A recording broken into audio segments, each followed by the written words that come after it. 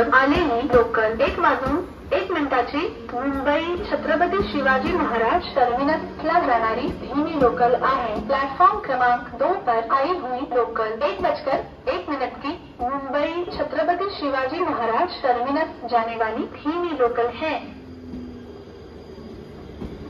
Platform क्रमांक 1 वर येणारी लोकल 1:15 टिटवाळ्याला जाणारी धीमी लोकल आहे। प्लेटफॉर्म क्रमांक 1 पर आने वाली लोकल 1:15 की टिटवाला जाने वाली धीमी लोकल है।